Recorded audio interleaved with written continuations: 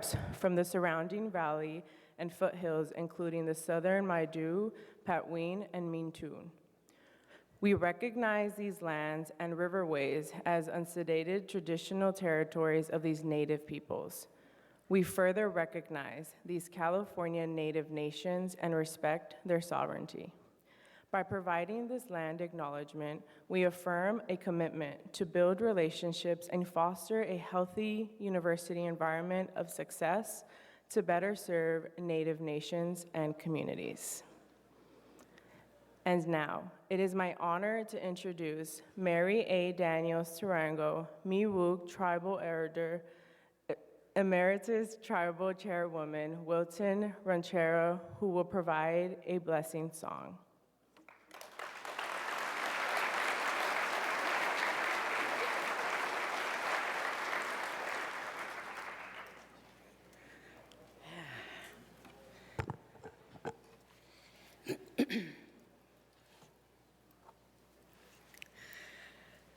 Kujikalupa, Kujihayama, Majishituka, Kujiateka Pak McCoy.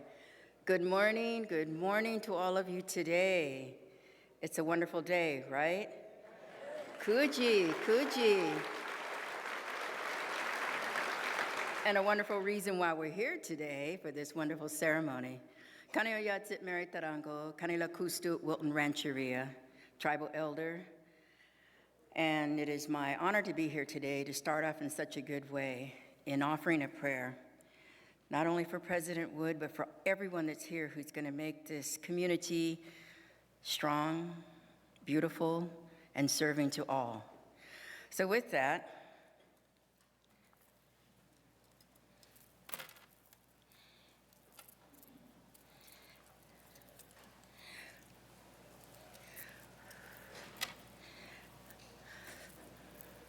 Lelechu, one above, Creator, Lord, however we call upon you today, we thank you for allowing us to rise, to open our eyes to that beautiful morning.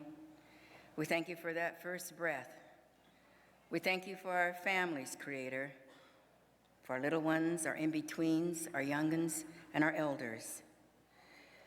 Thank you for that safe journey for everyone that made it here today, Creator, and we ask for a safe journey home. Lelechu, it is a wonderful day, and the reason why we've gathered here today, to honor and to give ourselves to that blessing and working together. Bless this young man, President Wood, and help him on that journey of helping everyone throughout the community, students, and everyone that needs to be touched in a good way of promoting education.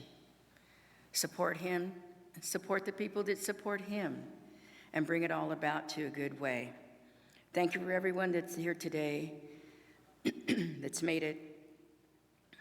And keep us in mind of what our duty is too, Creator, and not only promoting the education for all, not only with our minds, our voices in equity, and our hearts to embrace all, and to make that path of education a better one.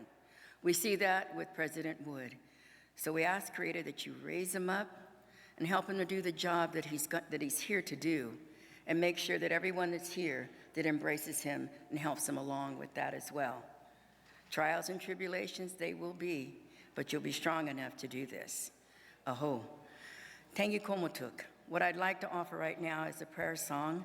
It's something that's been given to me to sing at appropriate times, and this is a very appropriate time.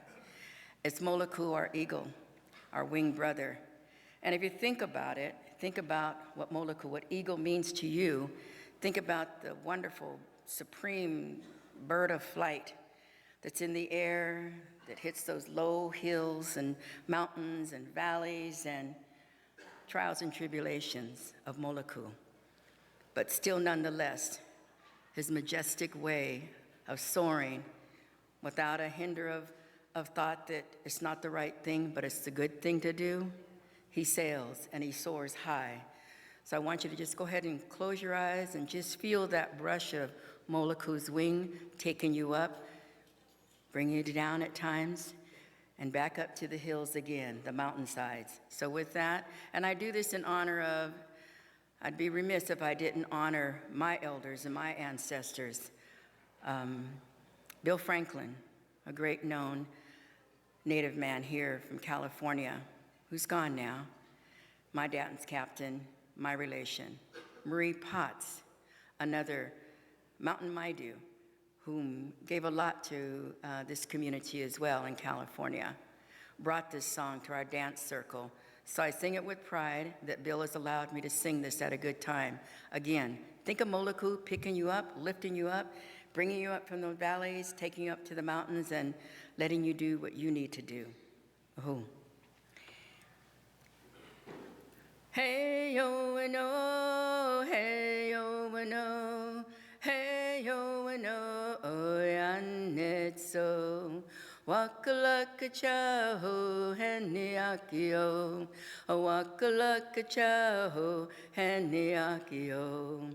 Hey yo we know, hey yo we know, hey yo we know, oh and it's so. Wakalaka chaho, heniakio, wakalaka chaho, heniakio. Hey yo we know, hey yo we know, hey yo we know, oh and it's so. Wakalaka chaho, heniakio, wakalaka chaho, heniakio. Hey yo we know, hey yo we know, hey yo we know, oh and it's so. Wakalaka chaho, heniakio, wakalaka chaho, heniakio. Hey yo we know, hey yo we know, hey yo we know, oh and it's so.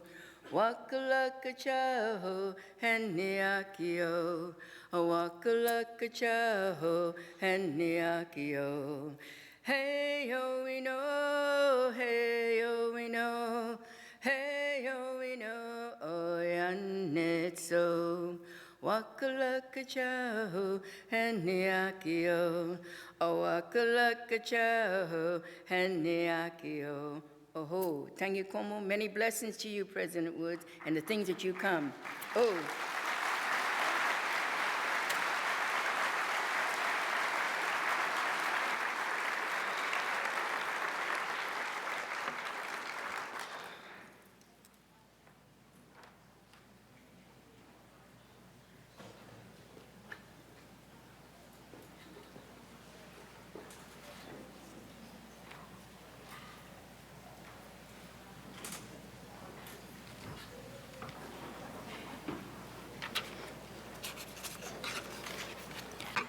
Thank you, Mary. That was beautiful. As you know, President Wood was made at Sac State.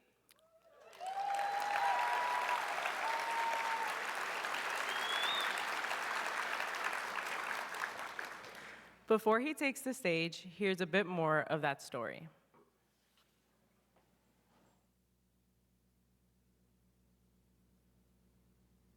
My name is Dr. Luke Wood, and I'm a professor who focuses on racial equity issues in education.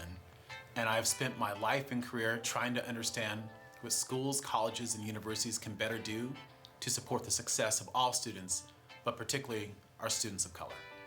And I'm the president of California State University, Sacramento, Sac State. One of the most beautiful aspects of being able to be in this role is to walk campus and to engage people who I know if it wasn't for them, I would not be here to this day. Myself and my identical twin brother, we were born when our mother was in prison, and went home with the family 3 days later and were in foster care. Later, we became adopted in that home. Me and my brother were African American, and our adoptive parents are white, and we moved to a all-white town. And so growing up like that can be a challenging experience. The school environment, it wasn't always as welcoming. Sometimes we had kids who were told that they weren't allowed to be around us.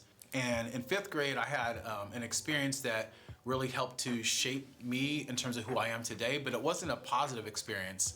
It was a challenging experience with an educator who saw me as nothing more than a problem. She saw me as a black male foster child, me and my brother. So in that grade, my twin brother was suspended 24 times, and I was suspended 42 times by the same teacher. And I think that that would have framed my perspective of schooling had it not been for the very following year, where I won the lotto and I had one of the best teachers I've ever had, Mr. Guggenheimer, who we called Mr. G. And I think that the difference was that where another teacher saw me as a problem, he saw me as someone who had unlimited opportunity and the ability to be able to become anything that I wanted to be. And I went from seeing school as a place that I really did not enjoy and you know, frankly, I hated, to a place where I loved. And I learned to just love learning. I learned to love the classroom environment. And I would say that if it wasn't for him, I know for certain that I wouldn't be on the path that I've been on as an educator and as a professor and now as president of Sac State. Yeah, I mean, I would think that the biggest thing is to find your village. Find those individuals who you know will care about you and care about your success. I remember in my first year walking on campus and seeing a person who was approaching me, taller, dark-skinned black male, and he walked up to me out of nowhere and just said, "What's up, black man?" And I was like, huh? I was turning around looking to see, was he talking to me or talking to somebody else? And I realized he was talking to me, and he introduced himself and he says, "My name is Professor Cecil Canton. I'm a professor of criminal justice. And I want you to know that I'm here to support you. So if you ever need anything, no matter what it is, I want you to come and talk to me." I never had a single class with him ever, not once. But it didn't really matter, because what I realized from engaging him is that no matter whether you're teaching a student in your classroom or whether you're working in custodial services, no matter what role you have on campus, every single one of us is an educator, and every single one of us is responsible for the students that we serve. And I realized that that was important in reflection, because I was a student who struggled mightily with food insecurity, housing insecurity, transportation concerns, but I had an environment of people who cared about me and who cared about my success and who poured themselves into me. In reality, I never really wanted to be a president. I wanted to create change. I wanted to create opportunities for people, and if that meant being in a presidential role, then I would want to then take on that responsibility. But I also told myself that there was no place in the country that I would want to be president of unless it was Sac State. There was a connection between me and the work that I had always told myself I wanted to do and what I believe my purpose is in life. And now I have the privilege of serving as the president of Sacramento State, my alma mater, and being able to finish the work that we began as student leaders many years ago. I'm Dr. Luke Wood, and I was made at Sac State.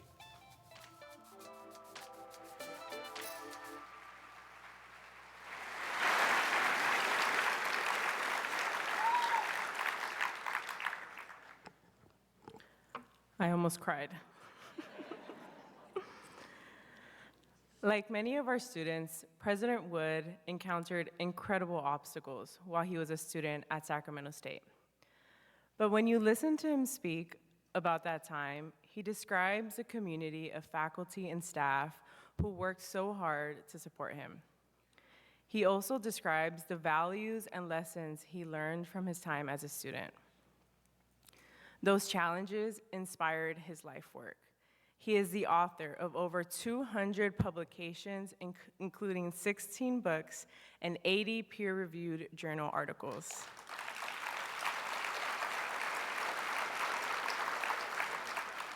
He then went on to earn his PhD in only 2.5 years, graduating from his doctoral program with peer-reviewed research and a published academic book. In 2011, he joined the faculty at San Diego State University and went on to become a tenured full professor and the first Black distinguished professor in SDSU 125-year history.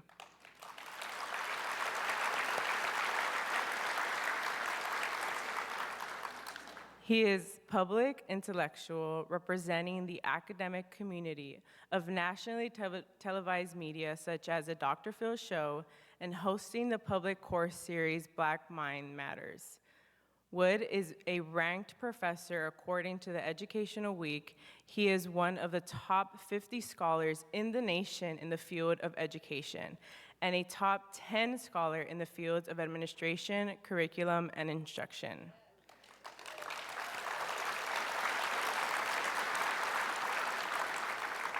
His research led to legislation that provided protections for foster youth from the school suspensions and changed statewide policy allowing for community college athletes to receive meals. And he has secured millions in grants from the National Science Foundation, College Futures Foundations, and many others to address issues of equity in education. In addition, he has worked to raise tens of millions of dollars in the last 3 years, focused on diversity, inclusion, and student success. So those challenges he faced and the support he received at Sacramento State has given him a passion for this work. It is now my great honor to introduce the 9th president of Sacramento State, Dr. Luke Wood.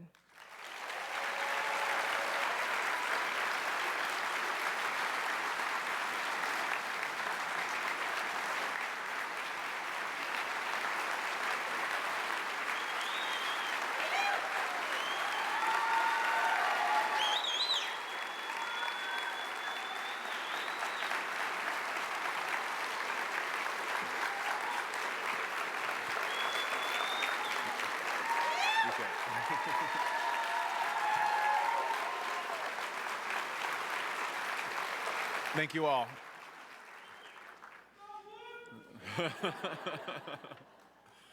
So, thank you. I greatly appreciate the incredible warm welcome I've received. Thank you, where's Natalie? President Andrade Dominguez for the introduction. Good morning to you all. I'm proud to serve as the president of California State University, Sacramento, Sacramento State. And I also know that in the process that the system goes through, that it's a closed process. And so, surprise, I was selected to serve in this role. And so part of what we wanted to do with this fall address today is to have it be as much of an introduction and opportunity to get to know me and my background, whereas future ones would be more so in line with what you may be more familiar with. But I felt like that was important because the importance of being able to understand who it is that you're working with and for me to also get to know more about you. I want to acknowledge community members that we have who've come here to be in a community with us. If the members of cabinet would please stand up, and also the members of our ASI, faculty senate, and staff assembly.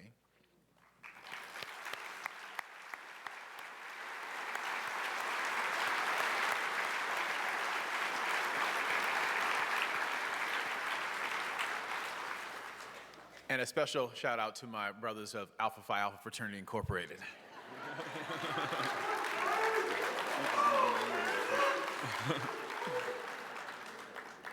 So today is a definition of a full circle moment. Sacramento State is where I spent the formative years of my adult life. I began here as a student in 2000, and I became highly involved in student leadership, being part of Associated Students Incorporated, as a board member for natural sciences and mathematics, though I did not finish in mathematics and science. Vice president for finance, academic affairs, and executive vice president. Did not serve in the presidential role because my identical twin brother was president. And that's a story for another time. But I also went on to earn my bachelor's degree from the College of Social Sciences and Interdisciplinary Studies. As a special major in Black History and Politics, which was essentially a joint a collection of classes from the departments of ethnic studies and government, now political science. And I also went on to earn my master's degree from here, from the College of Education, in higher education leadership, and that was in 2007. And while Sac State gave me 2 degrees, it also, as important, gave me a life partner, my wife, Idara. And you'll get to hear a little bit more from her later. But I want to just reiterate something that was said in the video. I would not want to be president any other place. In fact, unquestionably, being a president is a very difficult role. And so it has to be an institution that you care about and that you can be truly all in for it. And so for me, there is no other place than Sacramento State.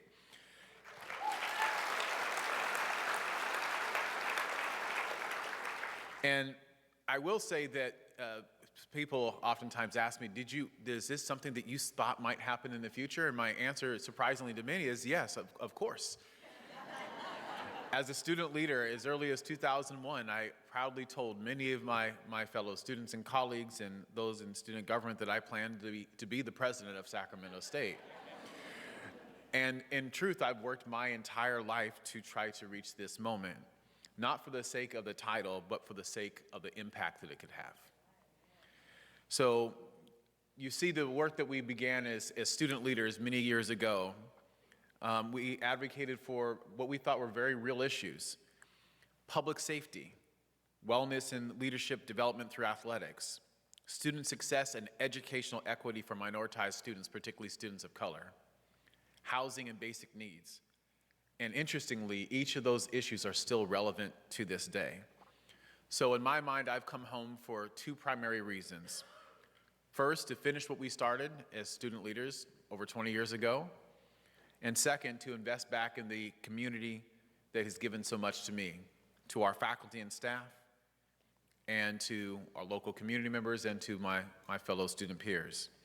And I think that's important because as we move to the next phase of the work that we'll do here, I think honoring the contributions of our educators has to be central to how we think about our road and pathway towards student success. Remembering that, yes.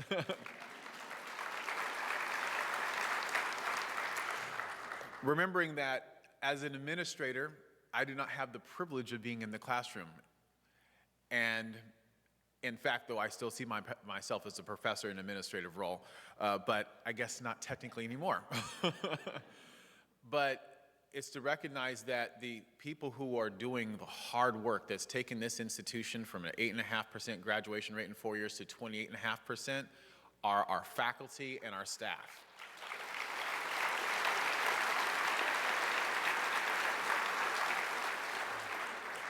So I'm oftentimes asked, so what is it that you plan to do?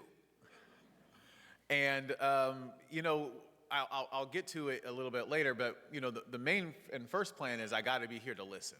Because San Diego State, where I'm coming from, is very different than Sacramento State. And I would never make the assumption, particularly as a scholar of post-secondary education who has spent their career looking at different institutions and how there's a unique set of factors within each institution that leads to student success, faculty success, and staff success, I would never assume that what worked there would translate here. That being said, there are some commitments that are central to how I think about the world that I would like to share. First is that I should say not first, but the overarching, I think, theme with all of these is that they really relate to promoting student success, which is, again, why we're here, right? We want to see every student that comes through to the institution to walk across that stage. And we also recognize that there are gaps between certain students and their peers, which we refer to as equity. And so from an equity perspective, we have a heightened focus on groups that experience disproportionate impact so we can remediate disparities in their experiences and their outcomes. And I've been schooled in the perspective of what is called equity-mindedness, where you take that notion of equity and you have it change the ways in which you think about the work that you do.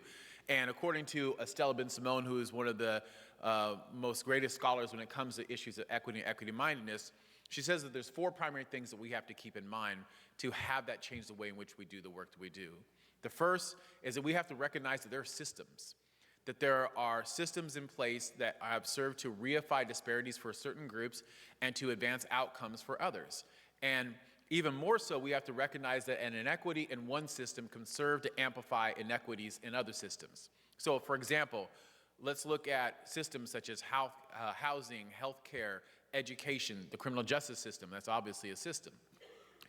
An inequity in one system serves to amplify inequities in others. So if you're either unemployed or underemployed, that has an impact on other systems, like your access to quality and effective health care. Or looking at one that I've spent a lot of my career focused on, which is what is called the school-to-prison pipeline, which suggests that inequities in K-12 education, the overrepresentation of students of color, in particular in school suspensions and expulsions, and the second pillar of it being overrepresentation in special education, that those two things serve as the two pillars to what is called the school-to-prison pipeline. So the other thing that she says about this is that we have to recognize that we cannot blame students, blame their families, and blame their communities. Rather, as educators, we look into the mirror to see what it is that we're doing or not doing that's resulting in the outcome disparities that we see. That doesn't suggest that students do not have a role in their own success, but it suggests that we're more effective when we focus on what is within our own control as educators.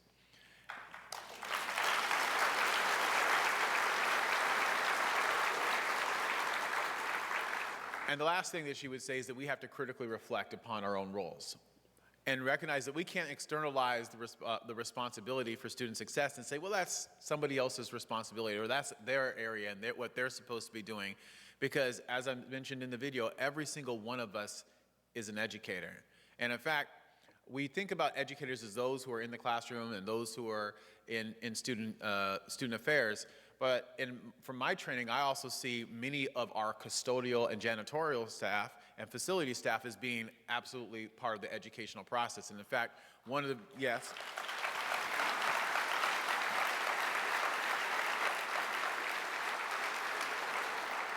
So one of the very first studies I ever did was basically interviewing black students who were attending a community college. It was in Arizona, and I asked them, what impacts your success? And I was talking with them about in-class engagement and out-of-class engagement, and one of the things I asked them is, well, tell me about what your out-of-class engagement looks like. And they said, well, you know, when I see my faculty members or staff members outside of class, many of them don't engage me. Now, certainly some of them did, but many of them don't engage me. I said, well, what do they do when they see you? They said, well, sometimes they put their head down, they get on the phone, they walk the other direction to avoid interacting with me. Not an uncommon experience that we've heard with many of the institutions we've done research with. So then I said, well, who do you interact with outside of class? And I was expecting to hear certain groups that we would think are also providing, you know, supplementary support. And instead, what I heard was, well, you know what? The person who tells me, I'm proud of you, keep going, keep your head in the books, I'm here if you need anything, it was the janitors, the custodians, the food service workers, and the groundskeepers.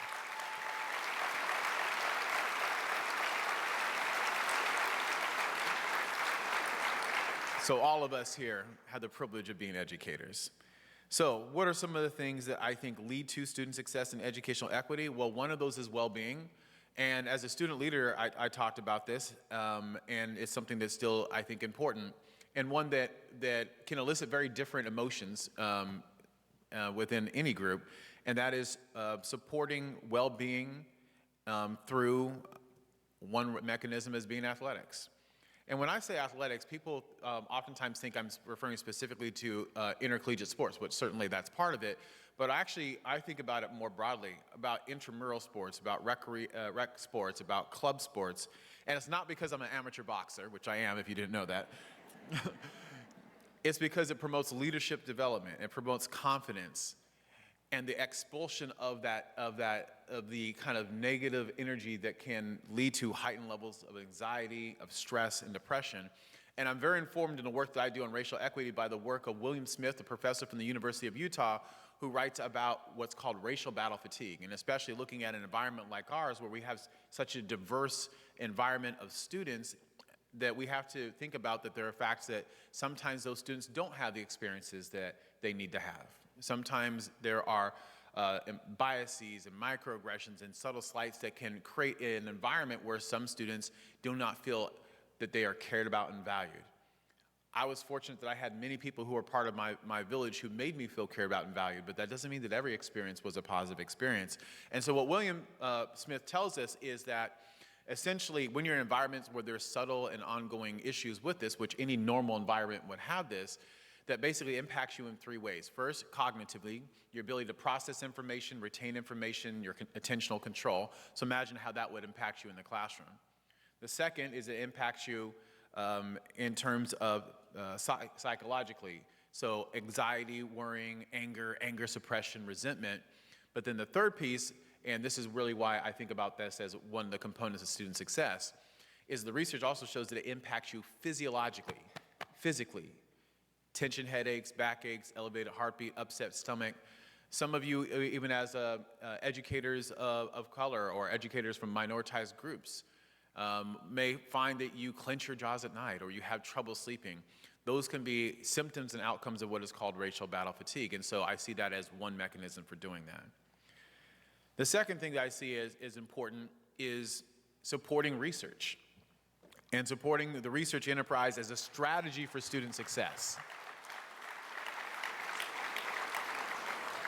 And I was very fortunate that I benefited from research experiences here from educators who, many of them are still here at this institution, particularly Dr. William, somewhere, there you are. Dr. Navarez, our provost, and Dr. Caroline Turner, who's watching virtually. And the research shows that in terms of student success, that engagement in research is a high impact practice that can impact students in a number of different ways. It can increase their self-efficacy, essentially their confidence in their academic abilities, their perceptions of the usefulness of college, which we call degree utility, their feelings of control over their academic futures, the locus of control in an academic context, their authentic interest in what they're learning, their intrinsic interest, and their attentional focus in the work that they do, action control. And so because of the importance of this, we have been in conversations, and UEI is under the leadership now of John Malikian, and is going to be addressing sponsored programs to ensure that the necessary supports for faculty members are there in terms of research funding.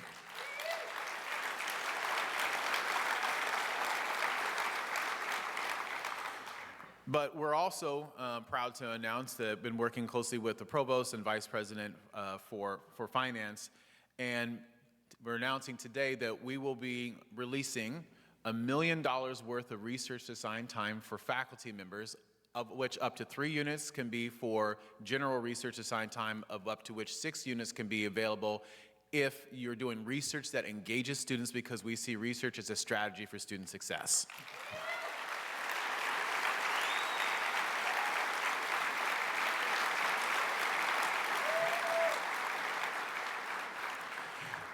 And there's not a huge bank here on campus, so we had to work really hard to be able to find those dollars. I also mentioned that when we think about student success, that we think about housing and basic needs. So ensuring that every student at the bare minimum knows where they're going to lay their head at night and where they're going to get their next meal from.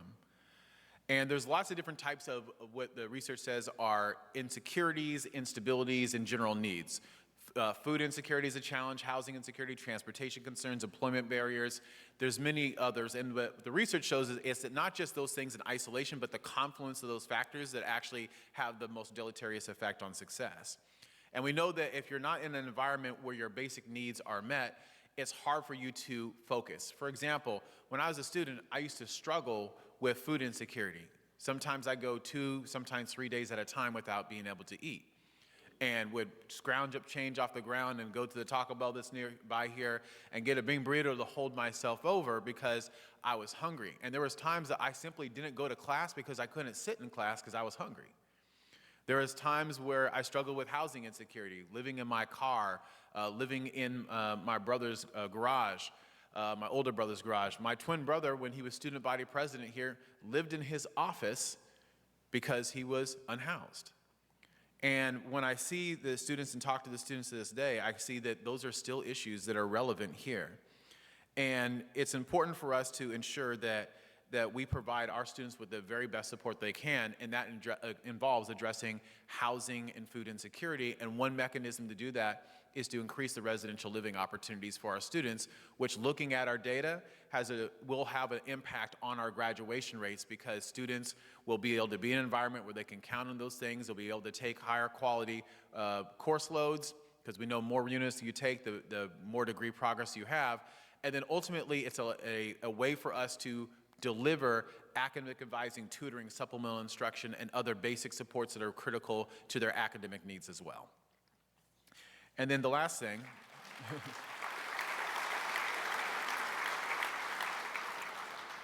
I would mention is campus security. And again, that's something I began with because it's something that has always been an issue at most colleges and universities, but certainly at Sacramento State. Many of you may have seen the video that we released announcing that we would be forming a presidential task force on campus safety. And the task force will bring together our student leaders, faculty leaders, staff leaders, experts, to come together and to think through as a campus and as a community, what do we need to do to enhance security and safety on campus? But I also said in that video that establishing a task force or releasing a statement of support or a committee or or doing a study, those aren't actions, those are plans for future action. And because those are really plans for future action, we felt like it was important to move forward with some very critical things. First, having more digital monitors on campus so that we can communicate in the event of emergency in a timely way. Yes, we get emails. Yes, we can use the emergency notification system for text messages, but it's also important for people to be able to just see as they're walking the environment, hey, something's going on, I need to be aware. To increase the number of our community service specialists who are working with public safety, doubling the number of them so that we have visible presence in key places on campus, particularly in our residence halls, and hiring 7 more therapists to reach our 1 to 1,500 ratio.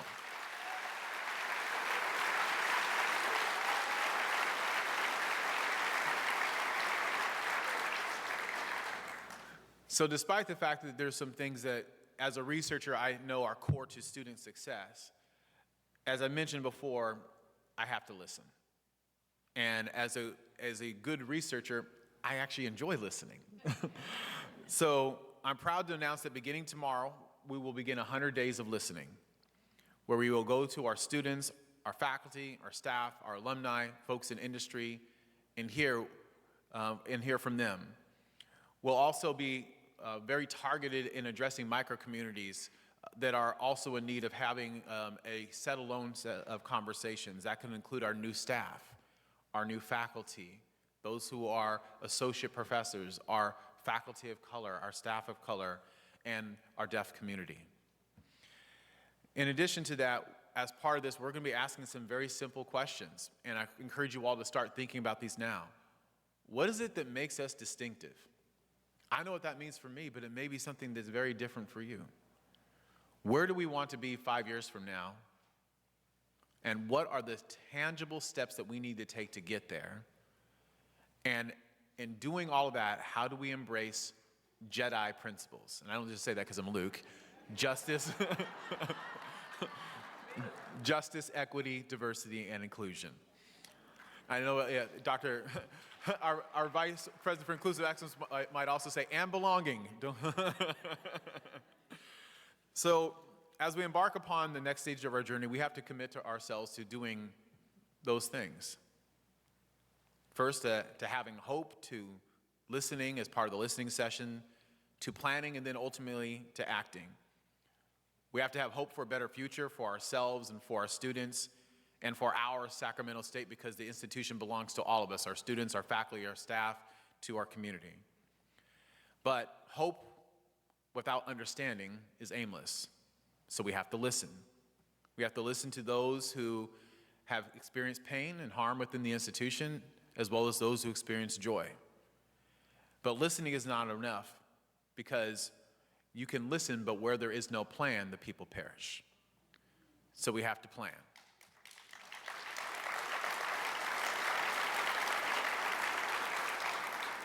We have to have intentional strategies that are going to help us get to that next point so that we can be confident that every single one of the students who enters into this institution has the opportunity to succeed and walk across the stage. And we also have to think about how do we create success for our faculty and for our staff in doing so.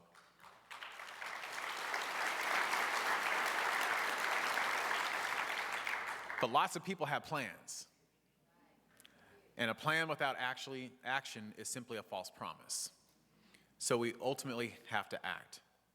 Regardless of the goals, we have to believe that we can accomplish them, and there are many things that I have heard from people within the community that they want to see done. And ultimately, I look across the country and I see other colleges and universities that have done some of the things, the very things that people have brought to me, and I say that we should be no different. Mere mortals have done this before, and so can we. And so it's with that mindset that we must engage and create the best possible Sacramento State for our future. So, stingers up.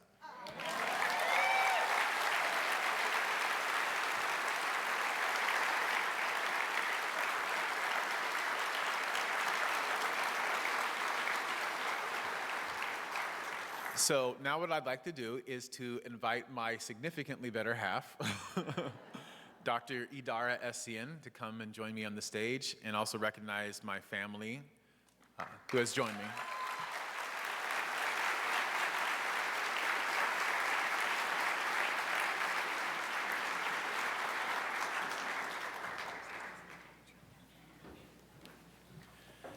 And so what we thought we would do as part of getting to know us a little bit better is we would ask the community if there was questions, and there was lots of questions that were submitted. And we're not going to be able to get to all of them, but we went in and picked some ones that were tough ones. We also picked some ones that were fun. So let's see and go to that next set.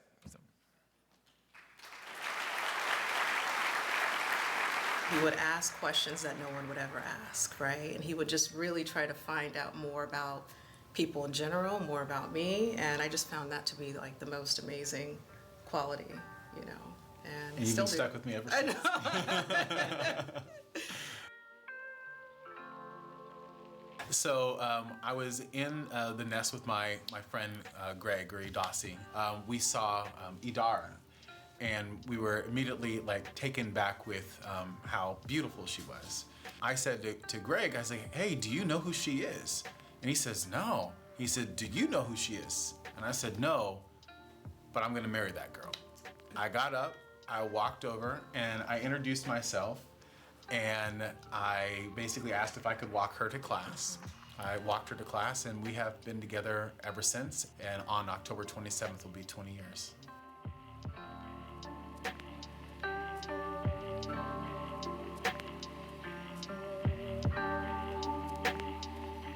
He would ask me questions about like, what was my favorite cereal? And a few months later, I was actually working on his computer and I found a Word document saved with all my favorite things. So it was like favorite cereal, Apple Jacks, favorite ice cream, rainbow sherbet. So all these favorites. Favorite movie, yeah. Willy Wonka. Yeah, so those things were, you know, some things that stood out to me and were so special, so. I loved her intelligence. I was attracted to her, but I was even more so attracted to her mind. And even when I met her, she was in the eatery. I was there with my friend. We were having a good time and sharing time together. She was studying. She was focused, and it was that just really drew me to her because she was different to me and in the most beautiful and amazing ways. He knew what he wanted in life. And there were a couple things that he would say, and I remember, and he would say this across campus, it wasn't just for me, it was for other students as well, that his goal was to be president of Sacramento State, and that was 20 years ago. It was a transformative experience, and one of the best decisions I've ever made in my life, in addition to, of course, marrying this beautiful, intelligent, amazing woman.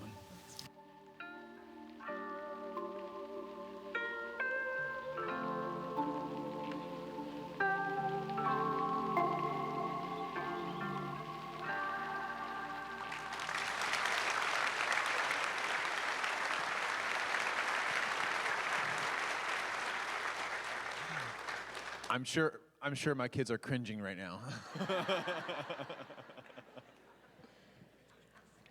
All right. Well, good morning. Good morning. All right. So thank you to all the people who took time to submit questions for this interview. The questions we chose are representative of themes we saw in nearly 100 questions submitted. We did not change the wording of the final questions you'll hear today. Are you nervous? Should I be? Yes. No. Yes? Okay. No, you're fine. Yes. All right, so let's get to our first question. Sac State is a dual designated NAPZ and HSI. What do these designations mean to you as Sac State's president? Well, it's one of the reasons that I wanted to be here. So federal designations, HSI, Hispanic Serving Institution, and ANAPZ, Asian American, Native American, Pacific Islander Serving Institution. And within that, our PETA community, we have a large representation from our Filipinx community and from our Southeast Asian community, Hmong, Cambodian, Laotian, Vietnamese. And as mentioned, I'm coming from San Diego State, who happens to be another institution within our system that has both of those designations as well. And so for me, it's core to the way that I think about the world, because I care about diversity and inclusion as a driver of innovation and excellence. And really it comes, I think, from my upbringing. So as was mentioned, I was born while my mother was in prison, biological mother, I should say, and was raised in a home that was a foster home, later adopted in that home, but there was my mother, who's here, had over 300 children in the home throughout her time doing foster.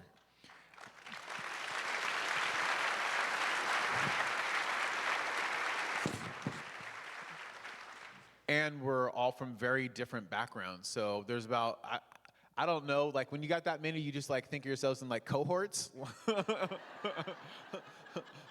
So in my cohort, there's like 14 of us. And, you know, we're black, white, Pacific Islander, Latina.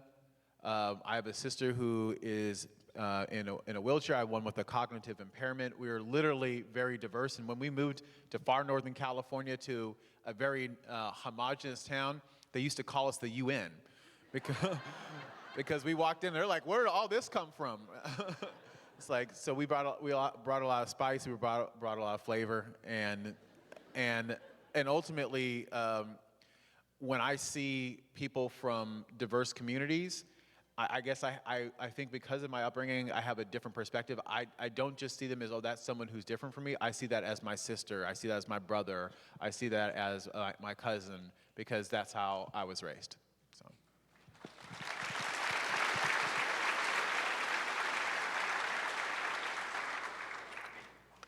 The new Sac State strategic plan barely mentions faculty research and scholarly activity.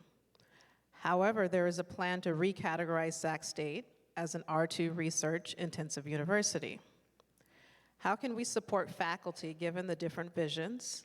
What is your vision for research and centers at CSUS? Oh gosh, tough one. So Provost Navarez, do you want to answer this? No, okay. So actually, I want to clarify something that's part of that question. Sac State is not seeking to become a research institution. The process looks different.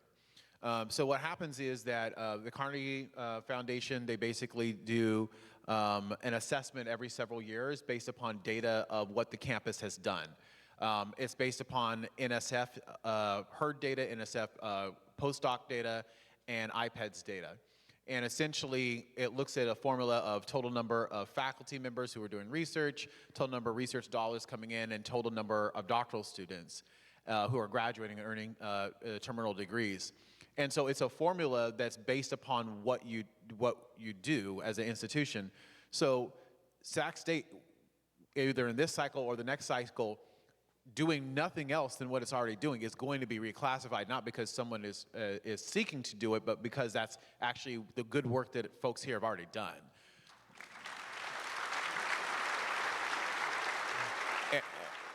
And so I think that's important, but I also think that, okay, so now we become an R2, what does that mean?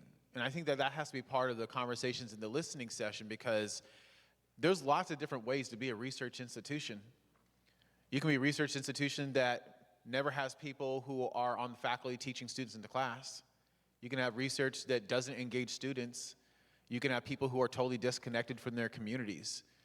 Or you can have a model where you embrace opportunities for student-involved research, where you embrace the designations of being an HSI and an ANAPESI as a part of the pathway to doing so, where you have faculty members make choices on, hey, I want to spend my time doing this, or maybe that's not what I find the fulfillment in terms of what my career is. And so I think that it really isn't for me to decide, it's really for the faculty to decide, and then to help tell me what we should be doing and what we should be advocating for. But that's also one of the reasons that we wanted to address, you know, some of the historical challenges with sponsored programs, and also provide more research assigned time, but not just research assigned time for the sake of research, again, for research that engages students, because it's a pathway to student success. That's a different model than you see at many institutions. So I think that there's more to come, and that more to come is really based upon what I hear, what I learn from, and my listening with the community.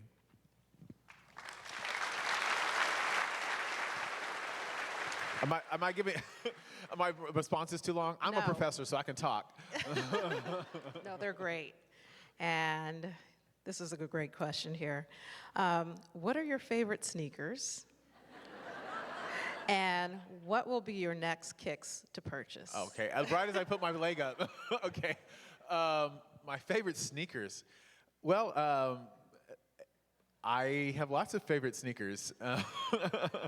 And essentially, these ones are pretty cool. These are my Adidas Hornet ones, but I wear a lot of Nikes, and essentially, it's really just a way to express yourself. I think about it like this: President Nelson had cowboy boots, I can have my sneakers, right?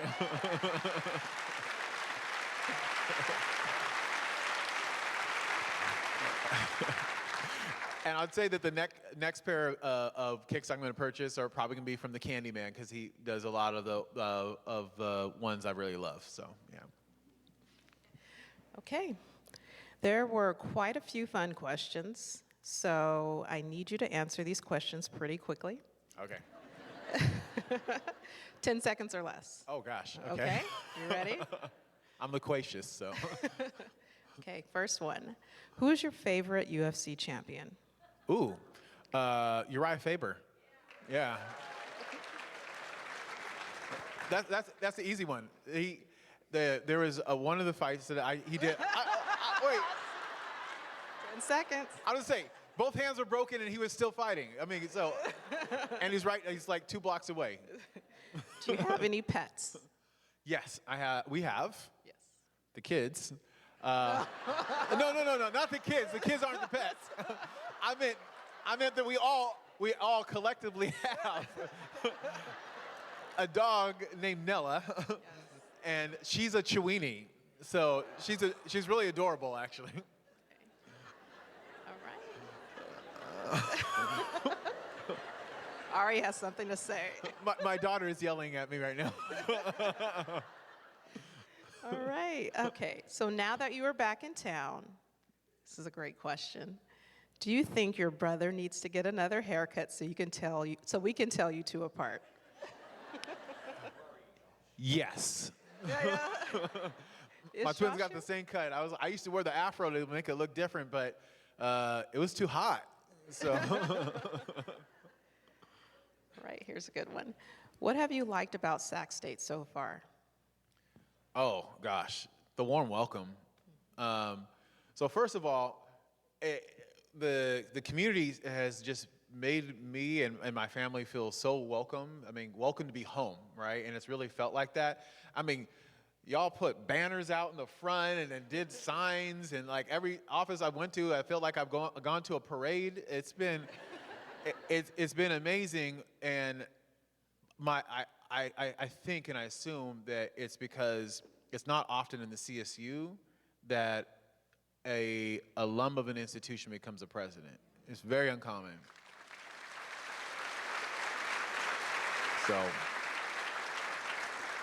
So hopefully you all know how much that means to me personally, and what I hope it means for our students, that it can be a message that whatever they want to be, they can be. So. Great job. Okay. So now we're moving to our next set. How will you work with the bargaining unions of our CSU faculty and staff to promote their rights and working conditions with the possibility of a huge statewide strike this year? That's a great question.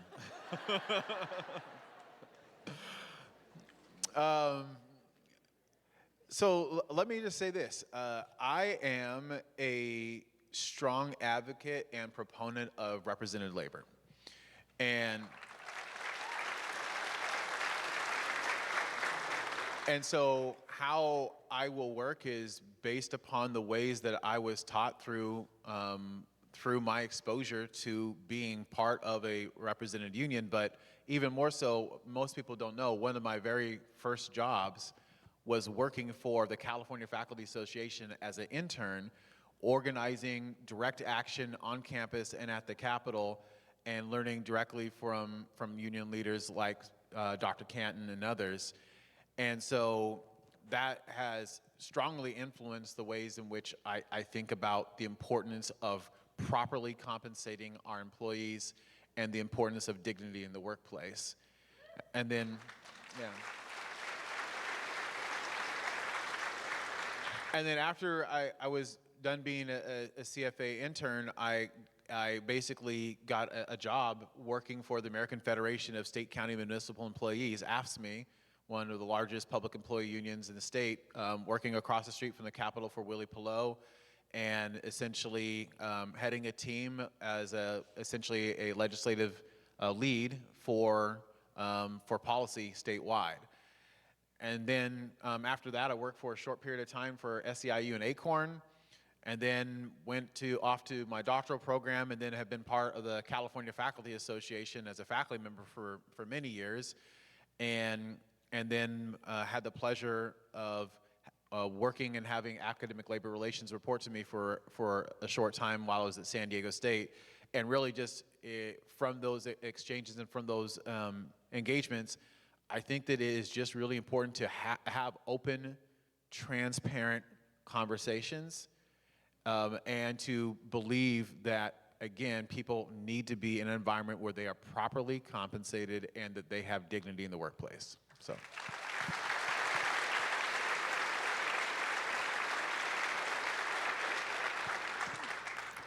How will you advocate for our low-income CSU students who oppose the multi-year tuition increase proposal? Gosh, you're just bringing them. Okay. Well, you know, I think about my own experience in being a student leader, and I think about what I would want. And I think that the most important thing that we can do is recognize that, you know, a tuition increase is tough. And so, you know, that is a conversation just like the labor conversation that don't happen at the campus level. Those conversations happen at the statewide level. But I do think that there's things that we can do on the local level. So one of those comes down to having a commitment to philanthropy that raises dollars for scholarships for students. And I would say that I fortunately have a pretty strong track record of doing that, given my time at San Diego State. In the last 3 years, me and my team, Jen Stanley, we raised over $30 million for students.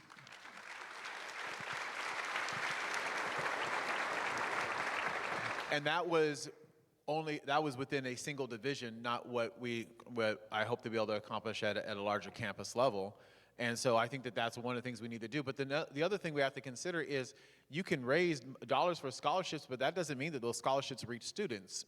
And so there's a point to be made here that And this happened at my prior institution as well. We found that our scholarship utilization rate was really low, meaning that we had dollars that were coming in that were sitting on campus that we could not give to students.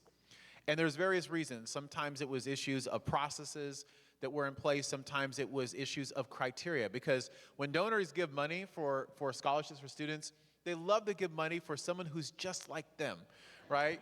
So I'm going to give money, and we're going to create a scholarship for a student who's from Siskiyou County, who's an art major, who has a 3.2 GPA, and who is also a guitar player. I mean, right? And then you've got all these different criteria, and then it makes it hard to be able to give those dollars to students. And so one of the things that we've looked at here already is that we, on our campus, also have a low scholarship utilization rate. And that's an opportunity. That's something that's really, really an opportunity for us. And so I have talked with our interim vice president for engagement and enrollment, enrollment and engagement. Sorry, that was backwards. And we're going to be yes, thanks.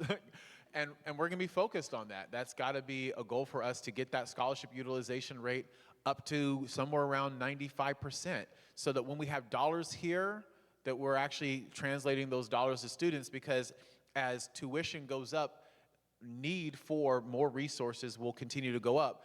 Now, fortunately, we have about a 60% scholarship utilization rate right now. We should be closer to 95%. That's an opportunity. And so that's, I think, one of those low-hanging fruits that we can do to help alleviate the burden for our students. Yes. It is exciting that both you and your wife were made at Sac State. Hey. Hey. I worked with her when we co-taught a course in child development when she taught for Sac State. Will she teach at Sac State? How do you envision her role on the Sac State campus, if any? So I've been able to stay married for 16 years by not answering questions for my wife.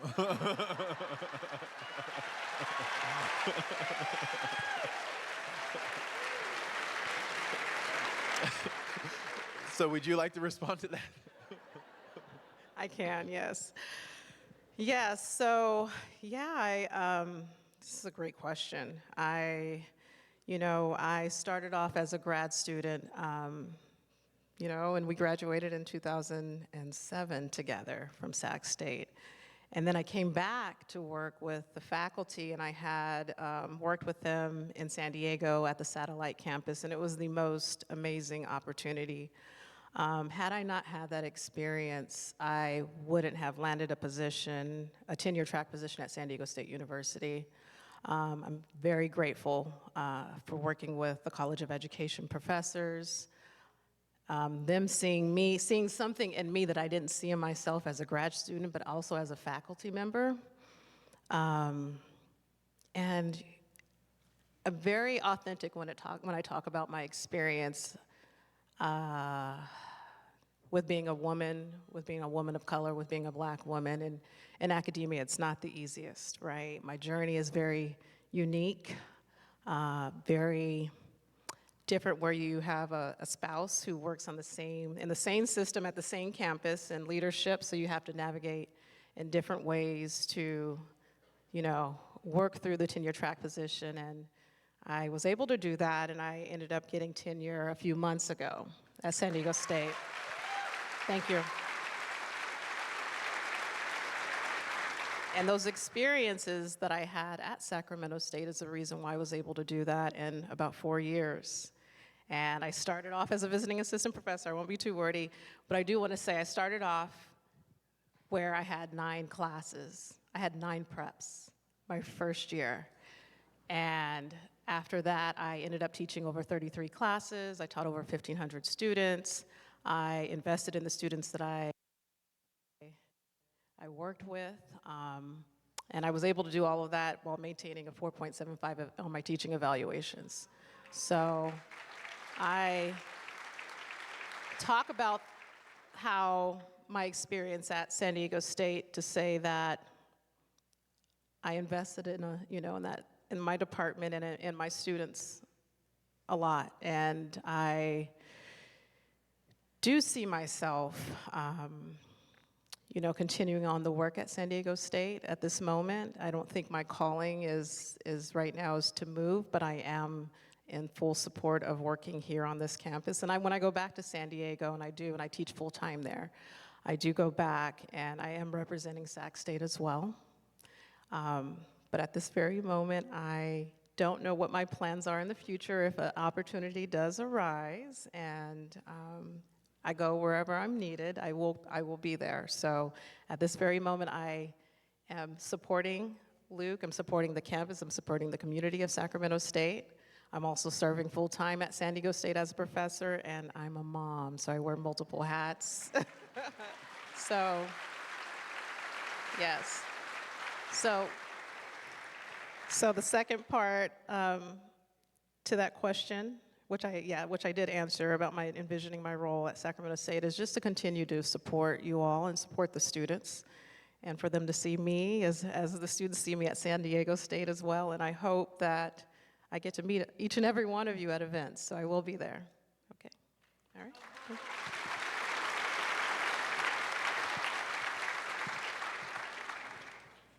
Okay, next question. What was the best experience you had in college?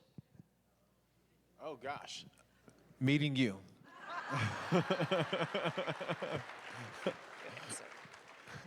I'm gonna stop right there.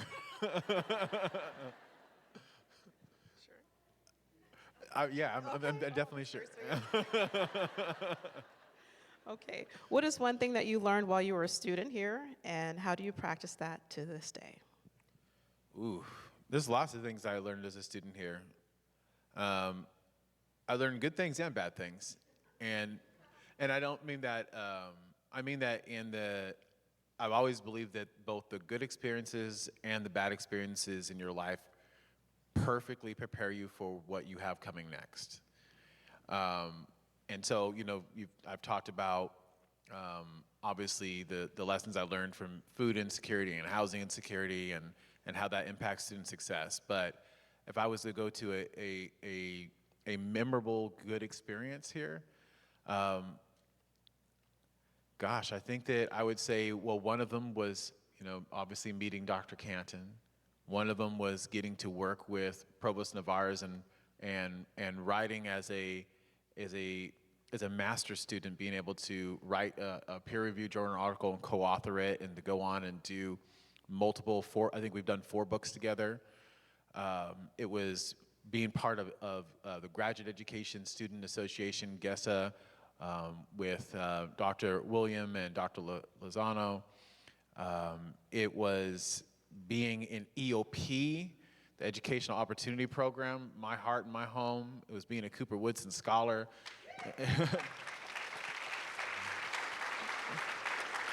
It was living in Jenkins Hall. It was arguing with my brother. There's so many memorable experiences, and I think that all of those experiences, again, the good and the bad, perfectly prepared me for the next stage in my life, and it prepared me for this moment.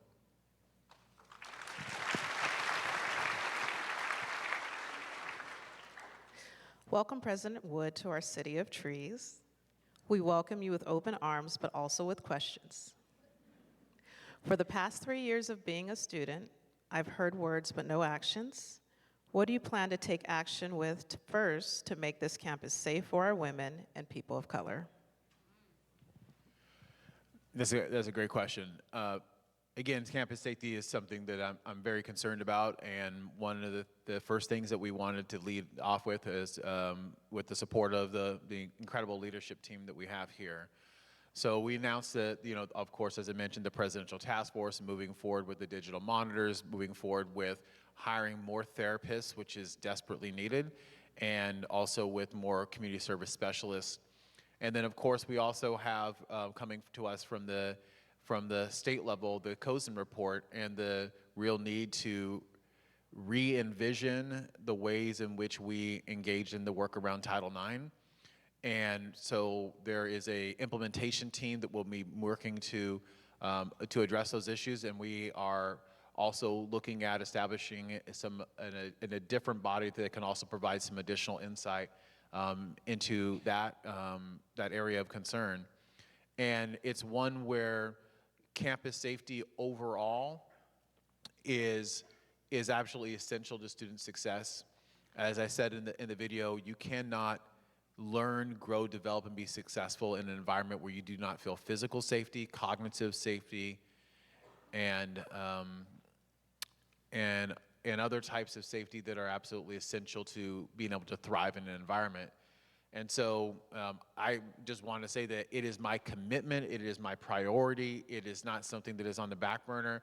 And anybody who knows me knows that I don't make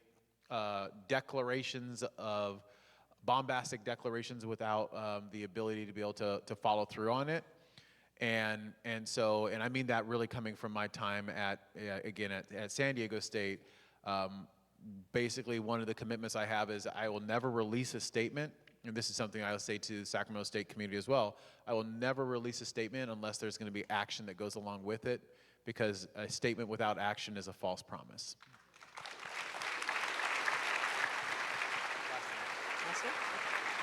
All right, last question.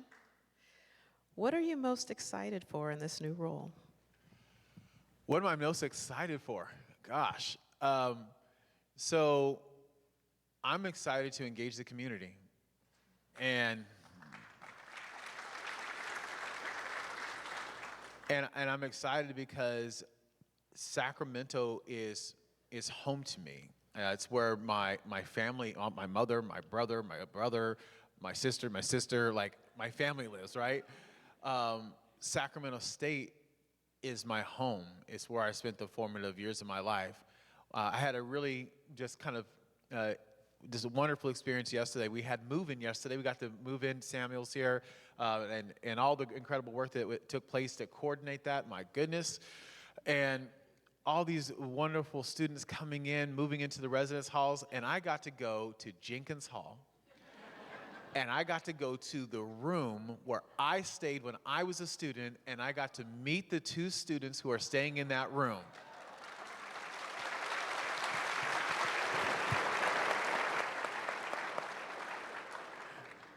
And I got to tell them, I hope your transcript looks better than mine did. I didn't tell them that part. But really, it's being able to engage the community, to listen and to hear, and to be on this beautiful 305-acre park-like environment, and to know that Sacramento State did so much for me and invested in me, and now I have the privilege and the honor to invest back in it. So thank you.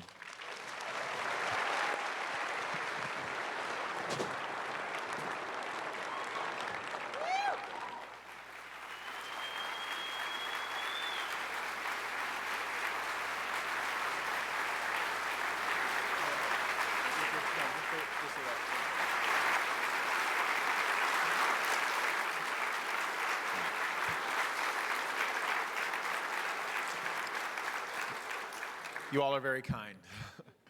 So there is a reception that is taking place up in the Cottonwood Suite. So we hope to see you there and just have the time for all of us to engage in seeing one another in community and welcoming everyone back. So see you all there. Thank you.